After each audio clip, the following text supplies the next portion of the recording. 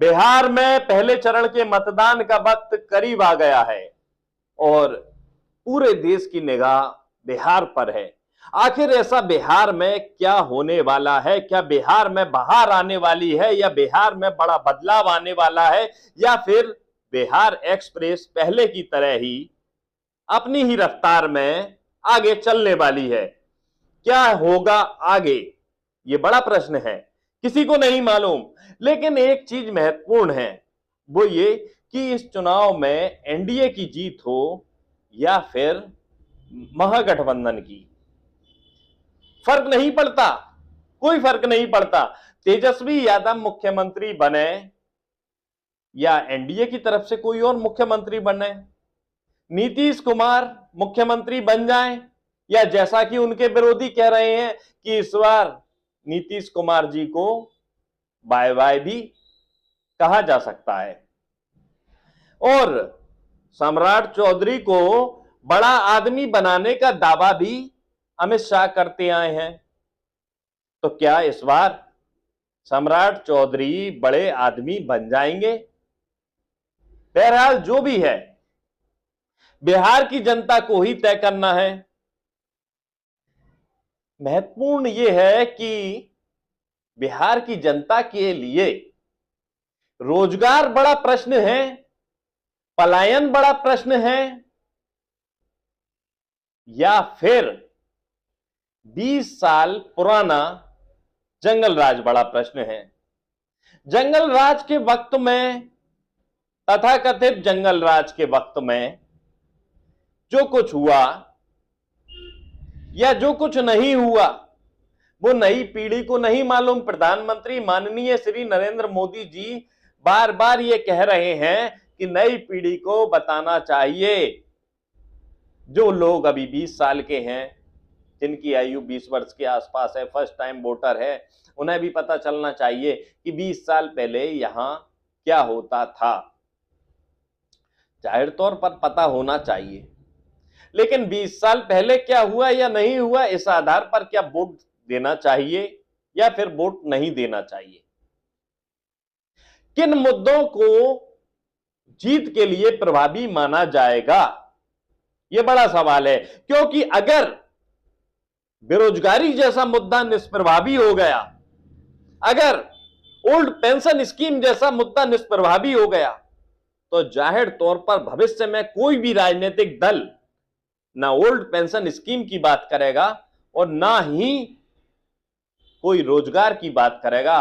जब राजनीतिक दल ये जान लेंगे कि रोजगार की बात करने से जीत नहीं मिलती, जब सियासी दल ये जान लेंगे कि ओल्ड पेंशन स्कीम के बारे में बात करने से जीत नहीं मिलती, तो फिर भविष्य में कोई क्यों ओल्ड पेंशन स्कीम या फिर बेरोजगारी या फिर पलायन या दवाई, पढ़ाई, सिंचाई, कमाई, ऐसे विषयों पर बात करेगा? क्यों करेगा? कोई नहीं करेगा, जाहिर सी बात है।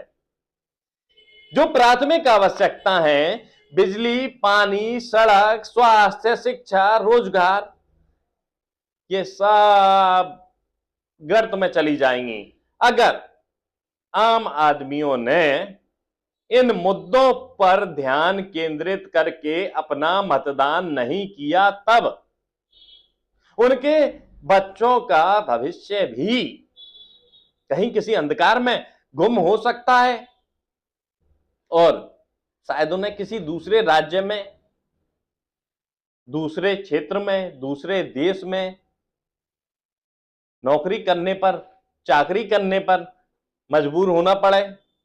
जब अपने प्रदेश में व्यवस्थाएं माकूल नहीं होंगी, तब क्या होगा? यही होगा। ये वही बिहार है जिसमें दशकों से बात की जाती रही है विशेष राज्य का दर्जा दिए जाने की, मांग की जाती रही है विशेष राज्य का दर्जा दिए जाने की। तो क्या हुआ? क्या विशेष राज्य का दर्जा बिहार को मिल गया? विशेष राज्य का दर्जा देना तो तब बहुत आसान था जब राज्य में और केंद्र में एक ही सत्ता थी। क्योंकि विशेष राज्य के दर्जे को लेकर बहुत राजनीति हुई है बिहार में, लंबे अरसे तक राजनीति हुई है और ये मंचों पर चढ़कर बोला गया है, जोर शोर से मांग उठाई गई है कि बिहार को विशेष राज्य का दर्जा मिलना चाहिए। बिहारियों के मन में ये बात बसाई गई है, रचाई गई है कि अगर बिहार को विशेष राज्य का दर्जा मिल जाएगा तो हर बिहारी की हर समस्या का समाधान हो जाएगा, ऐसा चमत्कार हो जाएगा। लेकिन कोई चमत्कार नहीं हुआ। चमत्कार होता तो कैसे होता? ऐसा नहीं है कि चमत्कार करने वाले नहीं थे। चमत्कार करने वाले तो बड़े बड़े नेता माने जाते हैं।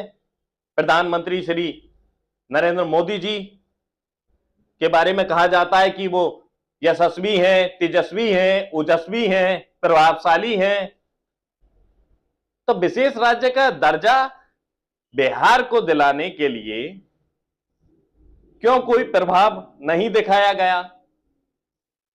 नीतीश कुमार लोकप्रिय जनप्रिय नेता हैं, लेकिन बिहार में माननीय नीतीश कुमार जी ने क्या प्रयास किए बिहार को विशेष राज्य का दर्जा दिलाने के? ये तो नीतीश कुमार जी से पूछने का वक्त भी चला गया। अब तो सिर्फ और सिर्फ बटन दबाकर बताया जा सकता है कि नीतीश जी के प्रयासों का जो भी फलसफा है उसका प्रत्युत्तर दिया जा सकता है।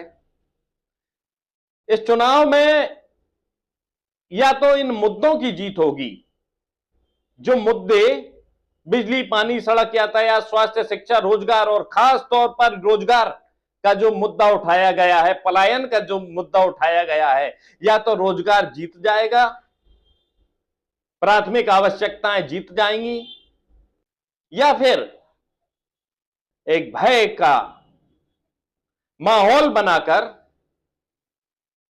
चुनाव जीता जाएगा। दूसरा पक्ष अगर चुनाव जीतता है तो उसके पास में 20 साल की उपलब्धियां क्या है?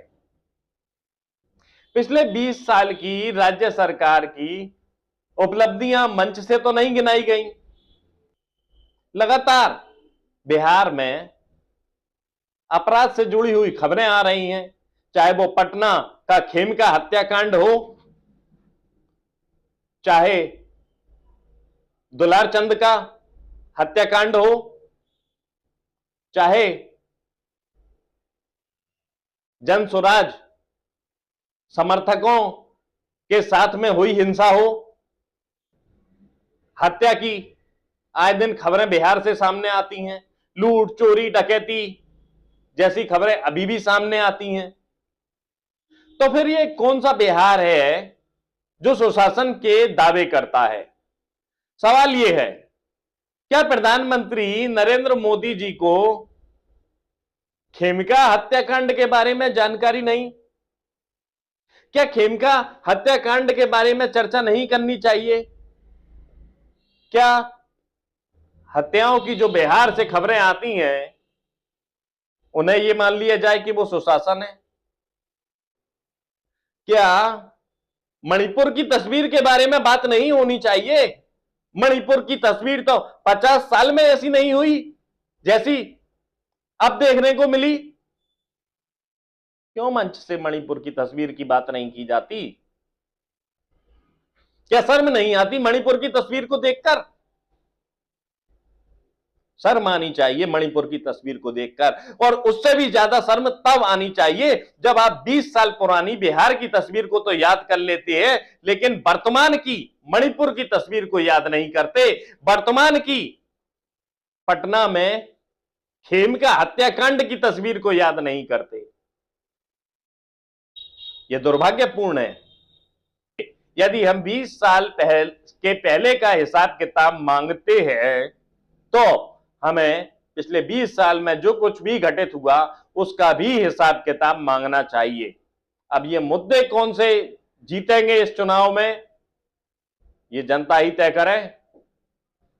फिलहाल के लिए दीजिए इजाजत। बहुत जनता समझदार है, उम्मीद करते हैं कि बेहतर निर्णय लेगी। बिहार की जनता प्रयोगवादी जनता है, हर किसी को अवसर देती है। बिहार की जनता ने सभी दलों को, चाहे वो जनता दल यूनाइटेड हो, चाहे वो रामविलास पासवान की पार्टी हो, चाहे वो भारतीय जनता पार्टी हो, सबको खड़े होने में मदद की है।